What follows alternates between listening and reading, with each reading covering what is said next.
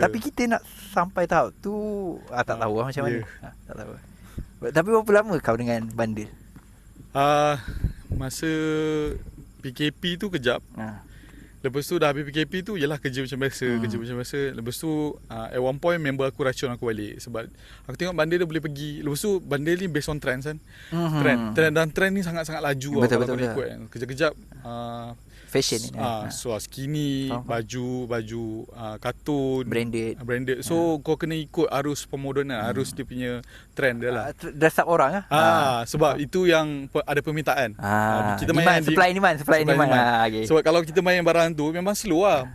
Barang-barang band untuk orang-orang yang minat tapi band. Tapi dia tak ada macam istilah yang evergreen. Betul. Tak ada.